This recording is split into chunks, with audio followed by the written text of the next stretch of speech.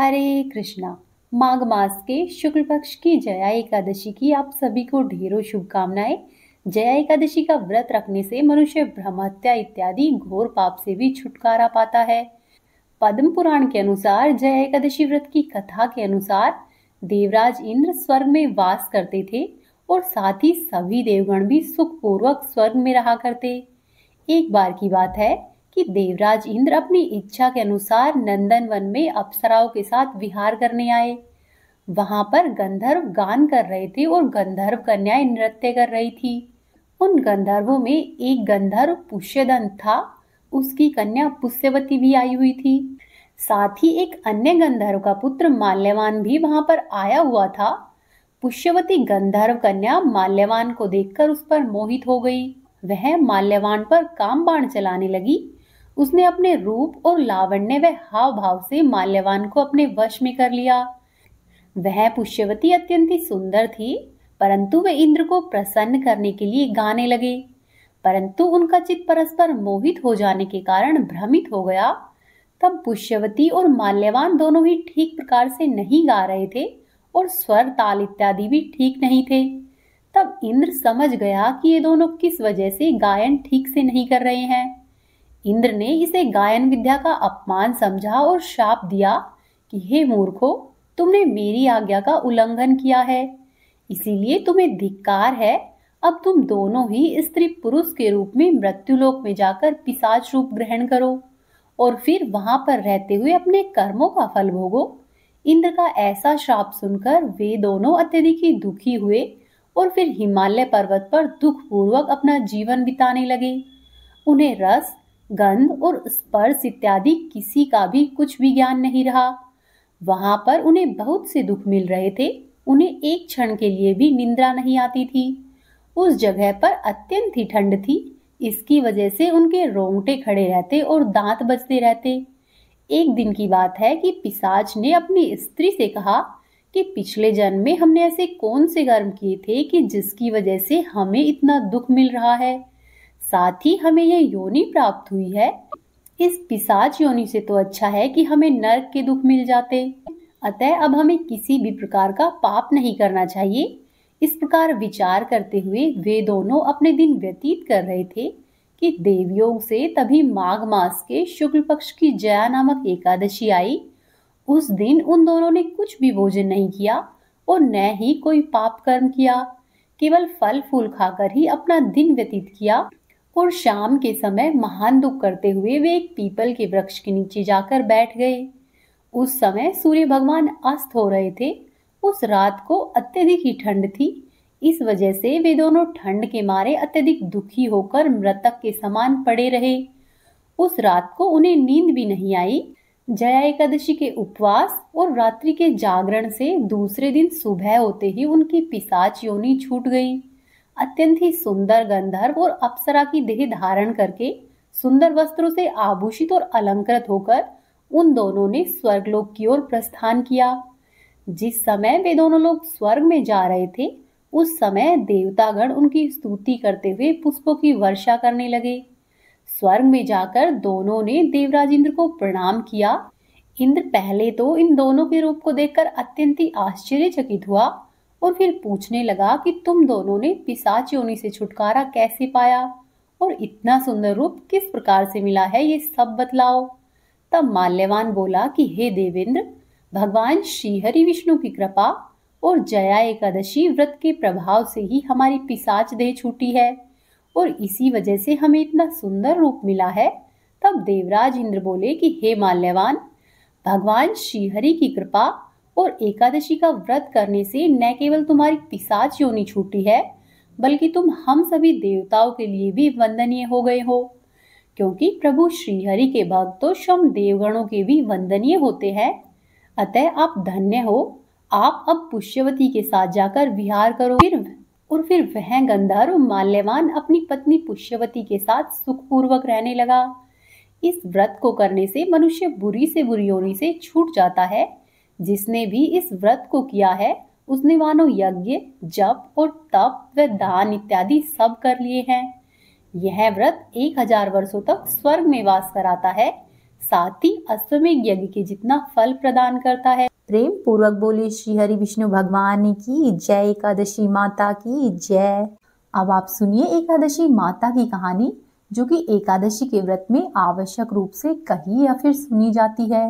एक बार की बात है, एक बूढ़ी अम्मा थी। बूढ़ी अम्मा 12 मासी एकादशी का व्रत किया करती। एक बार एकादशी का दिन आया तो बूढ़ी अम्मा ने बड़े ही भक्ति भाव और चाव से व्रत रखा, पूजा अर्चना की।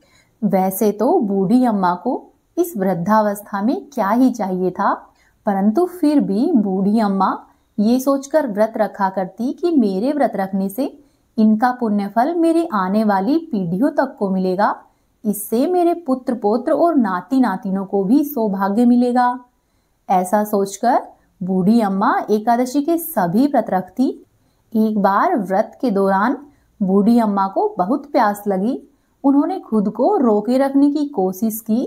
दिन में पूजा पाठ किया, कथा सुनी और पंडित जी को मिट्टी के पात्र में भरकर पानी और ऋतुफल दान में दिए। दोना भर भर कर बूरा बाटी। उन्हें गर्मी के कारण बहुत अधिक बेचैनी हो रही थी। इस कारण से बड़ी देर तक बूढ़ी अम्मा पानी में बैठी रही, पानी के कुल्ले करती रही, मुंह धोती रही, परंतु पानी नहीं पीती। धूप बहुत तेज पड़ रही थी, इस कारण से उनका मुंह बार बार सूख रहा था और बूढ़ी अम्मा की बेचैनी बढ़ती जा रही थी। एक तो बुढ़ापा और दूसरी इतनी भयंकर गर्मी। वृद्धावस्था की स्थिति तो कुछ और ही होती है। जैसे तैसे करके रो धोकर बूढ़ी अम्मा का दिन तो कट गया, परंतु अब उनके सामने पूरी रात पहाड़ के समान थी। उसे काटना उन्हें बड़ा ही कठिन लग रहा था। खटिया पर पड़ी हुई थी, परंतु फिर भी अम्मा को शांति नहीं मिल रही थी। वे बार बार करवट बदलती रही। अनेक बार वे बाहर जाती और फिर से भीतर आ जाती। उन्हें न तो घर के अंदर शांति मिलती, न ही घर के बाहर। वे पड़े पड़े एकादशी माता का स्मरण करती रही और कहती कि हे माता, आप मेरी लाज रखिएगा, आप ही मुझे शक्ति दे दीजिएगा, जिससे कि मैं भली भांति अपने व्रत को पूरा कर सकूं और फिर ये पहाड़ की सी रात शांतिपूर्वक बीत जाए। इस तरह से बूढ़ी अम्मा एकादशी माता से प्रार्थना करती रही, परंतु प्यास के कारण उनकी बेचैनी बढ़ती ही गई। उन्होंने धैर्य रखने का बहुत प्रयास किया, किंतु अंत में उनकी सहनशीलता टूट गई और वे घबराकर एकदम जोर से चिल्ला पड़ी कि बचाओ बचाओ। अम्मा का चिल्लाना सुनकर परिवार के सभी लोग आ गए। उसके बेटे, पोते, बहुए और अड़ोसी पड़ोसी सभी इकट्ठे हो गए। खटिया के समीप आकर उन्होंने पूछा कि अम्मा क्या हो गया, आप क्यों चिल्ला रहे हो? आप इस वृद्धावस्था में इतना कठिन व्रत क्यों कर रहे हो? तब अम्मा के पड़ोसियों ने भी कहा कि अम्मा, व्रत रखने की एक उम्र होती है, तुम इस उम्र में व्रत क्यों रख रही हो? परंतु अम्मा ने उनमें से किसी की भी एक बात नहीं मानी और उन्होंने निश्चय किया कि आज तो मैं एकादशी व्रत को पूर्ण करके रहूंगी।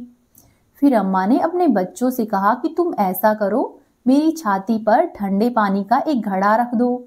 अम्मा के बच्चों ने वैसा ही किया, पानी का घड़ा रख दिया।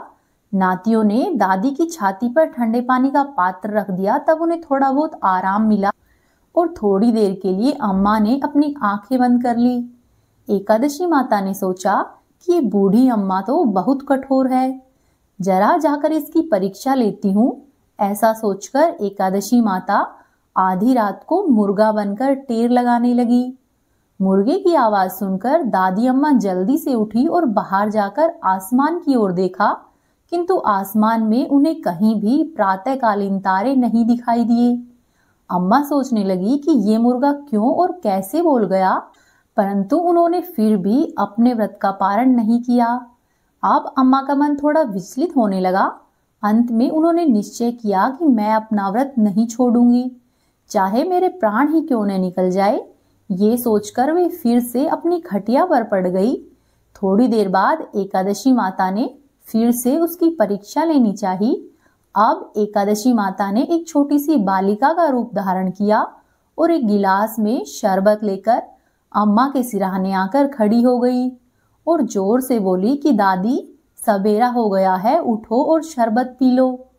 पहले तो अम्मा ने शरबत का गिलास देखा और उनका मन ललचाने लगा, परंतु फिर उन्हें याद आया कि मेरा तो एकादशी का व्रत है, मैं शरबत कैसे पी सकती हूँ। फिर वे शांतिपूर्वक अपनी खटिया पर लेटी रही, कुछ नहीं बोली। थोड़ी ही देर में एकादशी माता वहां से अंतर्ध्यान हो गई। फिर थोड़ी देर बाद अम्मा को ऐसा लगा कि जैसे किसी ने उसे कुएं में पटक दिया हो, पर अम्मा बड़ी देर तक उस कुएं के अंदर हाथ पैर चलाती रही, किंतु उन्होंने अपने मुंह में पानी की एक बूंद भी नहीं जाने दी। वे दृढ़ता पूर्वक अपने व्रत का पालन करती रही। थोड़ी ही देर में न जाने कहां से उनके सामने आग जलने लगी, जिससे कि गर्मी बढ़ने लगी और प्यास के कारण प्राण निकलने को ही थे। किंतु बूढ़ी अम्मा का कुछ भी नहीं बिगड़ा, वे जहां की तहां बैठी रही। थोड़ी देर में अम्मा को ऐसा लगा कि बाहर जोर से प्रकाश हो रहा है। अम्मा अपनी खाट से उठी और बाहर जाकर देखा तो अभी सवेरा होने में 3-4 घंटे बाकी थे। यह जानकर अम्मा शांति पूर्वक इधर उधर घूमने फिरने लगी। एकादशी माता ये बात अच्छे से समझ गई कि ये बूढ़ी अम्मा किसी भी प्रकार से अपने व्रत को नहीं तोड़ेगी। वे उनके व्रत के निश्चय को अच्छी तरह से समझ गई और फिर अपने धाम को चली गई। सवेरा होते ही बूढ़ी अम्मा ने स्नान किया, भगवान का पूजा पाठ किया, तुलसी माता की पूजा की, एकादशी माता की कथा सुनी, तुलसी माता की कथा सुनी, ब्राह्मणों को दक्षिणा दी, भोजन कराया, तब जाकर उन्होंने जल ग्रहण किया। फिर अम्मा ने कन्याओं को भोजन कराया और उसके बाद स्वयं भी भोजन किया। उस व्रत के प्रभाव से बूढ़ी अम्मा की आयु में वृद्धि हो गई। उनके घर परिवार में जो कुछ कमी थी, सब कुछ एकादशी माता और श्री हरि विष्णु भगवान की कृपा से पूरी हो गई। उनके घर में अब किसी भी तरह की सुख सुविधाओं का अभाव नहीं रहा था। बेटे, पोते, नाती, नातिनों सब से उनका घर भरा पूरा था। और फिर बूढ़ी अम्मा अपने जीवन काल के सभी प्रकार के सुखों को भोगकर अंत में वैकुंठ लोक को चली गई। और बूढ़ी अम्मा ने जाते समय अपनी बहुओं से कहा कि वे भी एकादशी व्रत को अवश्य ही रखती रहे, इस परंपरा को आगे बढ़ाती रहे। उनकी बहुओं ने भी कहे अनुसार किया और वो भी एकादशी का व्रत पूरी श्रद्धा और विश्वास से रखने लगी। तो जो भी भक्त एकादशी का व्रत पूरे विश्वास और श्रद्धा से रखते हैं, श्री हरि विष्णु भगवान, एकादशी माता, तुलसी जी और माँ लक्ष्मी की उन्हें विशेष कृपा मिलती है और उनके दुख दरिद्रता दूर होने लगते हैं और मनोवांछित फल की प्राप्ति होती है। अब आप सुनिए तुलसी माता की कहानी, जो कि एकादशी व्रत में आवश्यक रूप से कही या फिर सुनी जाती है। सावर्णी मुनि की पुत्री तुलसी अपूर्व सुंदरी थी। उनकी इच्छा थी कि उनका विवाह भगवान नारायण के साथ हो। इसीलिए इस इच्छा को पूरा करने के लिए तुलसी जी ने श्री नारायण की तपस्या बद्री वन में की। तुलसी जी की दीर्घकालीन तपस्या से ब्रह्मा जी प्रसन्न हुए और प्रसन्न होकर दर्शन दिए और कहा कि हे तुलसी, तुम्हारी क्या इच्छा है। तब तुलसी जी ने कहा कि हे ब्रह्मदेव, आप अंतर्यामी हैं, सबके मन की बात जानते हैं। फिर भी मैं अपनी इच्छा आपको बताना चाहती हूँ कि भगवान नारायण मुझे पति के रूप में मिले। ब्रह्मा जी ने कहा कि हे तुलसी, तुम्हारा अभिष्ट हो, नारायण अवश्य ही तुम्हें पति के रूप में मिलेंगे। किसी अपराध के कारण तुम्हें श्राप मिला है। इसी प्रकार भगवान श्री नारायण के एक पार्षद को भी दानव कुल में जन्म लेने का श्राप मिला हुआ है। उसमें नारायण का अंश विद्यमान रहेगा। इसीलिए इस जन्म में पूर्व जन्म के पाप के शमन के लिए संपूर्ण नारायण तो नहीं, नारायण के अंश से युक्त दानव कुल में जन्मे उस श्रापग्रस्त पार्षद से तुम्हारा विवाह होगा। श्राप मुक्ति होने पर भगवान श्री नारायण सदा सर्वदा के लिए तुम्हारे पति हो जाएंगे। तब तुलसी जी ने ब्रह्मा जी के इस वरदान को स्वीकार लिया, क्योंकि मानव कुल में जन्म के कारण उन्होंने मायावी भोग तो भोगना ही था। अब तुलसी बद्रीवन में ही रहने लगी। नारायण का वह पार्षद दानव कुल में शंखचूर के नाम से पैदा हुआ और कुछ समय के बाद ही वह भ्रमण करता हुआ बद्रीवन में आया। वहां पर उसने तुलसी को देखा। उसको देखते ही वह तुलसी पर मोहित हो गया और तुलसी के सामने उसने विवाह करने का प्रस्ताव रखा। इतने में ही ब्रह्मा जी वहां पर आ गए और तुलसी जी से कहा कि तुलसी, शंखचूर को देखो, इसमें कैसा तेज है, इसका कैसा स्वरूप है। दानव कुल में जन्म लेने के बाद भी ऐसा लगता है मानो शरीर में नारायण का ही वास हो। तुम इसका प्रस्ताव सहर्ष स्वीकार कर लो। तुलसी जी को भी लगा कि उनकी तपस्या पूर्ण हुई, उन्हें इच्छित फल मिला है। इस प्रकार शंखचूड़ के साथ उनका गंधर्व विवाह हो गया और तुलसी जी शंखचूड़ के साथ उनकी पत्नी बनकर उसके महल में आ गई। शंखचूड़ ने अपनी परम सुंदरी सती साध्वी पत्नी तुलसी के साथ बहुत दिनों तक राज्य किया। उसने अपने राज्य का इतना अधिक विस्तार कर लिया कि देवलोक तक उसके अधिकार में आ गए। वहीं स्वर्ग का सुख भोगने वाले सभी देवताओं की दशा अब दयनीय हो गई। शंखचूड़ धर्म पूर्वक राज्य करता था, वह किसी को भी कष्ट नहीं देता था। वहीं देवतागण अधिकार छिन जाने और राज्य छिन जाने से परेशान थे। तब सभी देवतागण मिलकर श्री ब्रह्मा जी, विष्णु जी और शिव जी की सभा में गए तथा सभी देवताओं ने अपनी विपत्ति कह सुनाई। तब ब्रह्मा जी ने कहा कि तुलसी परम साध्वी है, उसका विवाह मैंने ही शंखचूड़ से कराया था। शंखचूड़ को तब तक नहीं हराया जा सकता या नहीं मारा जा सकता जब तक तुलसी का सतीत्व नष्ट नहीं हो जाए। तब श्री विष्णु जी ने कहा कि शंखचूड़ पूर्व जन्म में मेरा पार्षद था, शाप के कारण उसे दैत्य कुल में जन्म लेना पड़ा। इस जन्म में भी उसमें मेरा अंश व्याप्त है। साथ ही तुलसी के पतिव्रत धर्म से वह अजय है। फिर सभी देवताओं की सहमति से भगवान शिव ने शंखचूड़ के पास संदेशा भिजवाया कि या तो वह देवताओं का राज्य लौटा दे या फिर उनसे युद्ध करे। शंखचूड़ शंकर जी के पास पहुंचा और उसने कहा कि हे देवाजी देव, आपके लिए देवताओं का पक्ष लेना उचित नहीं है। राज्य का विस्तार करना तो हर राजा का कर्तव्य होता है और मैं धर्म पूर्वक शासन कर रहा हूँ, मैं किसी को भी दुखी नहीं कर रहा हूँ। आप देवताओं से कहिए कि मेरी प्रजा होकर रहे और मैंने आपका भी कोई अपकार नहीं किया है। हमारा और आपका युद्ध शोभा नहीं देता। अगर इस युद्ध में आप हार गए तो यह बड़ी ही लज्जा की बात होगी और यदि मैं हार गया तो आपकी कीर्ति बहुत अधिक नहीं बढ़ेगी। शंखचूड़ की बात सुनकर भगवान शंकर हंसे, क्योंकि वे तो सभी रहस्य जानते थे। तुलसी और शंखचूड़ के पूर्व जन्म के श्राप की अवधि अब लगभग पूरी ही होने वाली थी। भगवान शंकर बोले कि शंखचूड़, इसमें कीर्ति और लज्जा की तो कोई बात नहीं है। तुम देवों को उनका राज्य लौटा दो और उन्हें उनके पद पर प्रतिष्ठित होने दो। युद्ध से बचने का एकमात्र यही उपाय है। तब शंखचूड़ ने कहा कि मैंने तो युद्ध के बल से ही देवलोक को जीता है और अब यदि कोई देवलोक को वापस चाहता है तो उसे केवल युद्ध करके ही मैं वापस लौटा सकता हूँ। मेरा यह अंतिम निर्णय है। ऐसा कहकर शंखचूड़ वहां से चला गया। उसने अपने राजमहल में वापस आकर अपनी पत्नी तुलसी को सारी बातें कह सुनाई और कहा कि हे तुलसी, कर्म भोग सब काल सूत्र में बंधा हुआ है। जीवन में हर्ष, शोक, भय, सुख, दुख, मंगल और अमंगल सब कुछ काल के ही अधीन है। हम तो केवल निमित्त मात्र है। संभव है कि भगवान शिव देवों का पक्ष लेकर मुझसे युद्ध करे। तुम चिंता मत करना, तुम्हारा सती तेज मेरी रक्षा करेगा। और फिर दूसरे ही दिन भगवान शंकर के नेतृत्व में देवताओं ने युद्ध छेड़ दिया। शंखचूड़ ने भीष्म बाण की वर्षा करके सभी देवताओं के वेग को रोका। उनके प्रहार से देवतागण डगमगाने लगे। फिर शंखचूड़ ने दानवी शक्ति का प्रयोग करके मायावी युद्ध आरंभ कर दिया। युद्ध स्थल पर वह दिखाई नहीं देता, परंतु उसके अस्त्र और शस्त्र देवताओं पर प्रहार कर रहे थे। कई दिनों तक इसी तरह से भयंकर युद्ध चला। शंखचूड़ पराजित ही नहीं हुआ।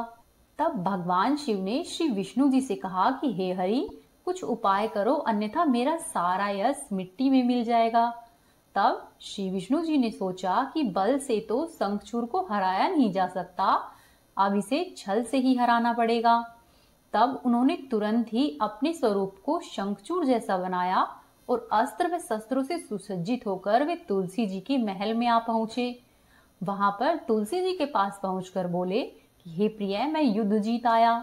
सारे देवता भगवान शंकर के समेत हार गए हैं। इसी खुशी में आओ, मैं तुम्हें अंक से लगा लूं।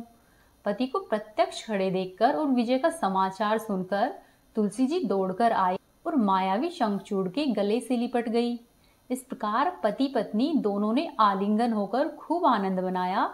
इधर पराये पुरुष के साथ इस प्रकार के व्यवहार से तुलसी का सती तेज नष्ट हो गया। उनका सती तेज, जो कि शंखचूड़ के लिए एक कवच की तरह काम कर रहा था, अब वह नष्ट हो गया था। इसीलिए युद्ध के मैदान में शंखचूड़ शक्तिहीन हो गया और यह जानते ही भगवान शंकर ने अपने त्रिशूल से शंखचूड़ पर प्रहार कर दिया। त्रिशूल के लगते ही शंखचूड़ जलकर भस्म हो गया और शंखचूड़ के मरने का जानकर श्रीहरि विष्णु अपने असली रूप में आ गए और अपने सामने अपने पति के स्थान पर श्रीहरि विष्णु को देखकर तुलसी बहुत आश्चर्यचकित हुई। अब उसे पता चल गया था कि स्वयं नारायण ने उसके साथ छल किया है। तब क्रोध में आकर तुलसी जी ने श्रीहरि विष्णु को श्राप दिया कि एक स्त्री का सतीत्व भंग करने के अपराध में आप हृदयहीन पत्थर हो जाओगे। तब भगवान श्री हरि विष्णु ने तुलसी जी के श्राप को सिरोधार्य किया और कहा कि हे देवी, तुम्हारे और शंखचूड़ के कल्याण के लिए मुझे ऐसा करना पड़ा। तुम दोनों को श्राप से मुक्त कराना था। तुम भी अब अपना ये शरीर त्याग कर तुलसी के रूप में जन्म लोगी और मेरी पूजा तुलसी दल से होगी। मैं शालिग्राम पत्थर बनूंगा, मेरे शीश पर तुम सदैव ही विराजमान होगी। तुम्हारे पति की हड्डियों के चूर्ण से शंख की उत्पत्ति होगी और उसी शंख की ध्वनि से देवताओं और मेरी पूजा आराधना होगी। हे देवी, जहाँ पर शंख की ध्वनि होगी वहां मैं सदैव ही विराजमान रहूंगा।